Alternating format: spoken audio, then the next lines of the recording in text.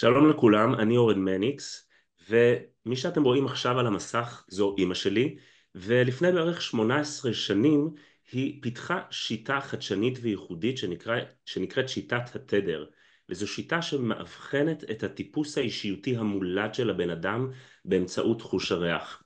עכשיו, אני מודה שכשאימא שלי פיתחה את השיטה הזאת, הדבר האחרון שרציתי זה לנסות אותה. כי לא רציתי שישימו אותי בתבניות, והכי לא רציתי שאימא שלי תשים אותי בתבניות. הייתי אז יותר צעיר, והדבר שהכי רציתי זה עצמאות. אבל איך שהיא התחילה לאבחן את כל האנשים סביבי, את אחים שלי, את אבא שלי, את סבתא שלי, התחלתי לראות שיש כאן משהו נורא נורא מדויק, ואמרתי אני גם רוצה לחוות את זה. וברגע שחוויתי את זה והובחנתי, אני הבנתי שזה בכלל לא שם אותי בתבנית, אלא זה פשוט נתן לי על מגש של כסף מילון לשפה הפנימית שאיתה אני הולך כל החיים. מאז שיטת התדר מיושמת כבר בשש מדינות בעולם, ועשרות אלפי אנשים כבר חוו אותה ונדהמו. התגובה הכי אופיינית לאנשים שעוברים את אבחון התדר שלהם, שהתדר זו המהות הפנימית המולדת שלהם, היא התגובה הבאה: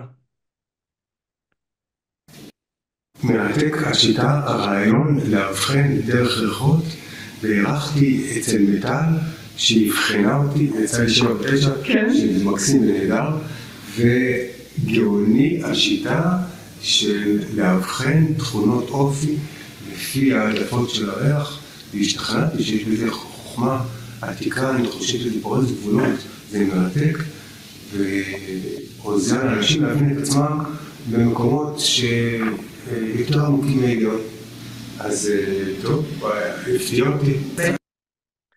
אז ממש אנשים בכל רחבי העולם שחווים את השיטה הזאת, זה בערך התגובה האופיינית שלהם. מה זה אומר באמצעות חוש הריח?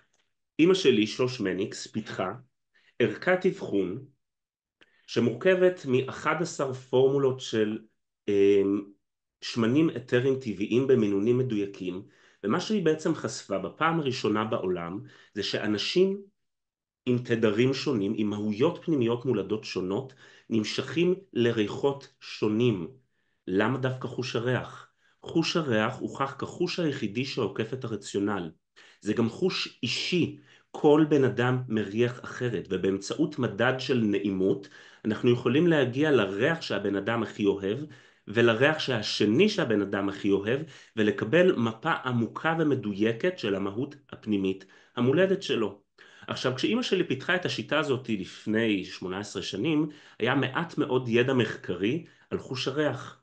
אבל עם השנים, יש מדינה אחת קטנה שהיא חלוצה עולמית בתחום חקר חוש הריח, ישראל, התחילו להתגלות תגליות מדעיות שאוששו את הנחות היסוד של שיטת התדר.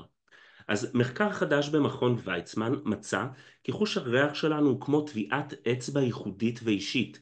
מה שהם גילו זה שאנשים, הצורה שבה הקולטנים של חוש הריח באף מאורגנת, היא מאורגנת אחרת אצל כל בן אדם. הקולטנים של חוש הריח מאורגנים אחרת אצל כל בן אדם, בדומה לטביעת אצבע ייחודית.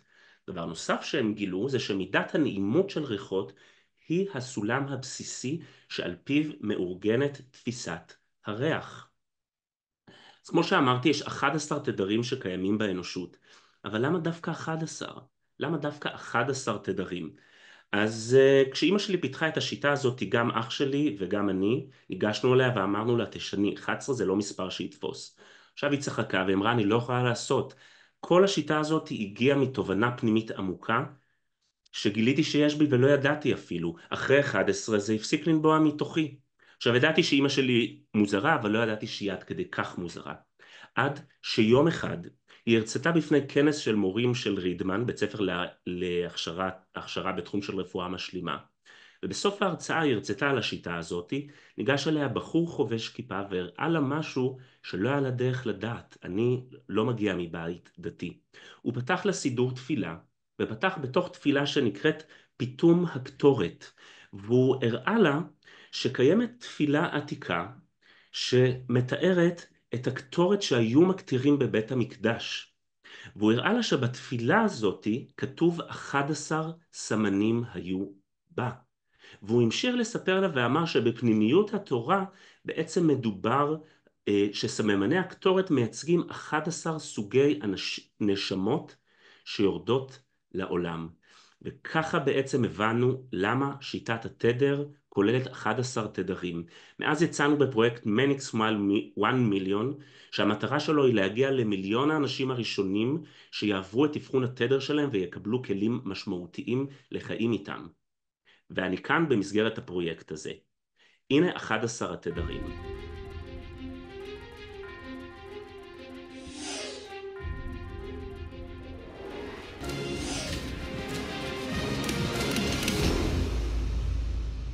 תודה על ההקשבה, ואני מקווה שאתם תהיו מהמיליון הראשונים שעוברים וחווים ומגלים את השיטה הזאת.